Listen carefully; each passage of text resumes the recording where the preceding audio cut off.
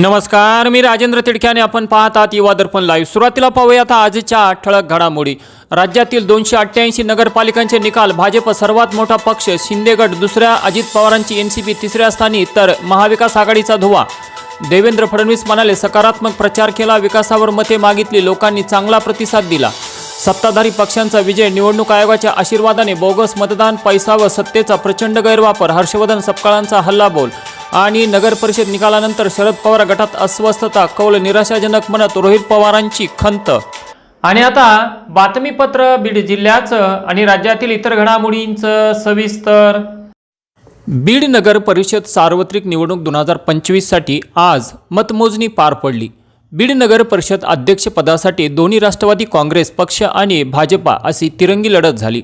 अगदी पहिल्या फेरीपासूनच भाजपच्या उमेदवार डॉक्टर ज्योती घुमरे या आघाडीवर होत्या, तर त्या पाठोपाठ राष्ट्रवादी काँग्रेस अजित पवार गटाच्या प्रेमलता पारवे या 2 नंबरवरती होत्या, तर राष्ट्रवादी काँग्रेस शरदचंद्र पवार गटाच्या उमेदवार सौ स्मिता वाघमारे या 3 नंबरवर होत्या। मतमोजणीच्या 10व्या फेरीपर्यंत भाजपच्या डॉक्टर ज्योती घुमरे या आघाडीवर होत्या, परंतु जे बीड लोकसभा आणि विधानसभा निवडणूक 2024च्या निवडणुकीत घडले तेच याही निवडणुकीत घडले।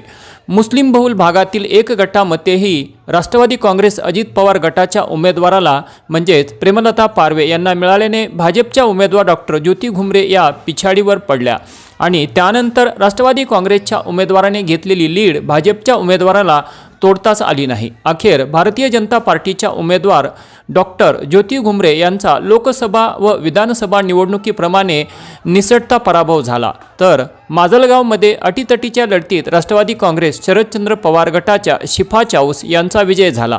त्यांनी भाजपच्या संध्या मेंढके यांचा पराभव केला। तसेच गेवराईत भाजपच्या उमेदवार गीता बाळराजे पवार या मोठ्या मताधिक्याने विजयी झाल्या। त्यांनी राष्ट्रवादी काँग्रेस अजित पवार गटाच्या उमेदवार शीतल महेश दाभाडे यांचा पराभव केला, तर धारूरमध्ये राष्ट्रवादी काँग्रेस अजित पवार गटाचे बालासाहेब रामराव जाधव यांनी केवळ 606 मतांनी विजय मिळवला।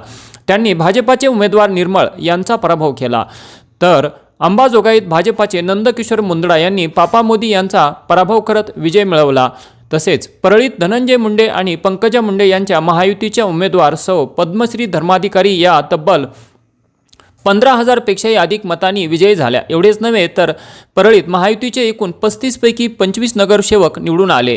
दरम्यान बीड नगर अध्यक्षपदाच्या उमेदवाराच्या पराभवाबद्दल मंत्री पंकजाताई मुंडे यांनीही प्रतिक्रिया दिली असून पाहुयात पंकजाताई नेमकं काय म्हणाल्या ते। हे पण राजकारणामध्ये पराभव होतो, विजय होतो, अनेक लोकांचा पराभव झालाच असेल, राज्यामध्ये प्रमुख नेत्यांच्या ठिकाणचेही झाला असेल, पण मी तो पराभव म्हणून बघत नाही। मी बघते आम्हाला 32,000 मतं मिळाले, मी बघते आमचे 15 लोक निवडून आले।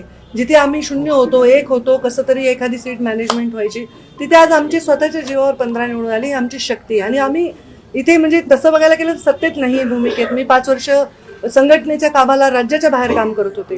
मी जिल्ह्याची मी महिना झाले म्हणजे 1 वर्ष झाले मी मंत्री झाले, पण मी जालना जिल्ह्याचे पालकमंत्री आहे। तर त्यामुळे मला डायरेक्ट कार्यकर्त्यांना फार निधी किंवा बळ किंवा प्रशासकीय सुविधा पुरवता नाही आल्या, पण जनतेने मात्र आमच्या पाठीमागे आपलं आशीर्वादाचं बळ ठेवलं। आमच्या मातीत, ज्या मातीत आम्ही जन्मलो, ज्या मातीसाठी आम्ही खपलो, मातीसाठी काम केलं, त्या बीड जिल्ह्याच्या मातीने आम्हाला एवढा मोठा विजय दिला। नगराध्यक्ष पदाचा उमेदवार जरी थोडक्यात आमचा पराभव झाला असेल तरी आमचा एक सुविद्य, सुशिक्षित, अत्यंत सुसंस्कृत उमेदवार डावलल्याबद्दल भविष्यामध्ये मला नाही वाटत फार चांगलं आपल्याला प्रतिमा त्याच्यामधनं होईल। गेवराईमध्ये वेगळी समीकरणं तुम्ही केली आणि पवार आणि पंडित एकत्र येऊन आता त्या ठिकाणी भाजपचा विजय देखील झालाय, कसं पाहताय विजयाकडे? मी अत्यंत आनंदाने पाहते। वेगवेगळी समीकरणं मी नेहमीच करत होते। जर कसं आहे, थोडासा एकाधी कारभार असेल तर चांगल्या गोष्टी करता येतात। मागच्या वेळी पण मी जिल्हा परिषदमध्ये असे वेगळे समीकरणं केले होते जे कधीच एकत्र नाही बसत, असे लोक बसवले होते एकत्र, कारण शेवटी आमचं ध्येय काय आहे तर भारतीय जनता पार्टीची ताकद वाढवणं आहे। आणि त्या दोघांनी पण एकदम समंजस्याने काम केलं, दोघांनी खूप छान काम केलं एकत्र, सभा घेतल्या, एकमेकांना सन्मान दिला, एकमेकांच्या घरी आले, एक मॅच्युरिटीचं दर्शन हे पवार आणि बदामराव पंडित यांनी दाखवले आहे, आमच्या बाळदादांनी दाखवलेलं आहे आणि मला वाटतं ही खूप चांगल्या भविष्याची, उज्ज्वल भविष्याची नांदी आहे।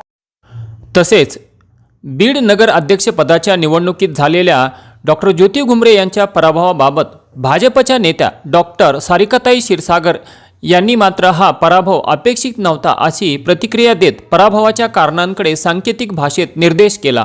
पाहूया डॉक्टर सारिकाताई क्षीरसागर काय म्हणाल्या ते. नगरसेवक आले आहेत भाजपचे, पण कसं पाहताय निकालाने? नगरसेवक आमचे 15 निवडून आलेली आहेत आणि त्याबद्दल सगळ्या मतदारांची ज्यांनी भारतीय जनता पार्टीवर पहिल्यांदा एवढा विश्वास दाखवून आम्हाला निवडून दिलं त्याबद्दल सर्वांचे प्रथम आभार व्यक्त करते. नगराध्यक्ष पदाचं मात्र 15व्या प्रभागापर्यंत 10,000ची लीड होती आणि त्यानंतर मात्र ती घसरली. तर मला एवढंच म्हणायचं, हा ट्रेंड मतदानाचा कुठे चाललाय, कुठल्या दिशेने चाललाय आणि कशाला प्राधान्य देऊन चाललाय हे बीडकरांनी परत एकदा लक्षात घ्यावं आणि यात सुधारणा होईल पुढच्या इलेक्शनला असं अपेक्षा करू. ताई, आपण जर पाहिलं तर बीडची नगरपालिका ही कायम क्षीरसागरांच्या नेतृत्वाखाली आजवर होती, परंतु पहिल्यांदाच यावेळी आता क्षीरसागरांचं नेतृत्व दिसत नाही. तुमच्या रूपाने एक क्षीरसागर मात्र पुरवलंय. क्षीरसागर मुक्त कुठे झालं? मी आहे ना. क्षीरसागर मुक्त हे झालेलं नाहीये. क्षीरसागरांवर विश्वास ठेवणारे 15 नगरसेवक आज भारतीय जनता पार्टीकडून आहेत आणि दुसरेही आमचे जे माझे धीर आहेत ते पण क्षीरसागर आहेत, त्यांचे 14 नगरसेवक आहेत. त्यामुळे क्षीरसागर मुक्त कुठे झालंय? जरी सत्ता राष्ट्रवादीकडे गेली असली तरी एक विरोधी पक्ष म्हणून जी भूमिका असणार आहे कशा पद्धतीने असेल आणि बीडच्या नागरिकांच्या विकासाच्या दृष्टिकोनातून काय अजेंडा असेल? एजेंडा तर आमचा प्लॅनिंग आता कुठे आम्ही निवडून आलो, त्यामुळे आता प्लॅनिंग तर इथून पुढे आमचं जे आहे त्या पद्धतीने आम्ही जाऊ. सगळे आमचे आता पंकजाताईचं थोड्याच वेळात आगमन होत आहे, सगळे नगरसेवकांची मिळून एक मीटिंग होईल आणि त्यानंतर आमची पुढची वाटचाल कशी असेल, कुठल्या पद्धतीने असेल असं आम्ही ठरवू. आणि विरोधी पक्ष म्हणण्यापेक्षा वरती सत्ता आमचीच आहे, भारतीय जनता पार्टीची, त्यामुळे तिथून आम्हाला भरपूर सपोर्ट मिळत राहील. त्यामुळे आम्हाला स्वतःला विरोधी पक्ष असं काही आम्ही प्रेझेंट करणार नाही. पाटोदा तालुक्यातील भारतीय सैन्य दलात निवड झालेल्या तरुणांचा दिनांक 21 डिसेंबर रविवार रोजी आमदार सुरेश धस यांच्या हस्ते सन्मान करण्यात आला. यावेळी करण सुभाष आंधळे, ओंकार मोहन पवळ राहणार चुंबळी तालुका पाटोदा, वैभव नवनाथ नवले राहणार शिखरवाडी तालुका पाटोदा तसेच निलेश संजय अंदुरे राहणार शिखरवाडी तालुका पाटोदा यांची भारतीय सैन्य दलात निवड झाल्याबद्दल त्यांचा सत्कार करून त्यांचे मनपूर्वक अभिनंदन करण्यात आले.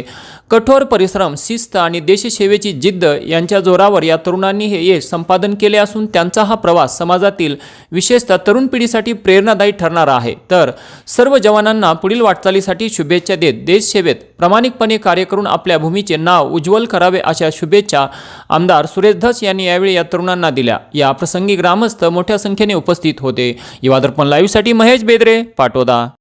आणि याचबरोबर आजचं बातमीपत्र संपलं. उद्या पुन्हा भेटू काही नव्या आणि ताज्या घडामोडींसह. तोपर्यंत पाहत राहा युवा दर्पण लाईव्ह चॅनल. लाईक करा, सबस्क्राईब करा आणि खाली दिलेल्या बेल आयकॉनला प्रेस करा. तोपर्यंत नमस्कार.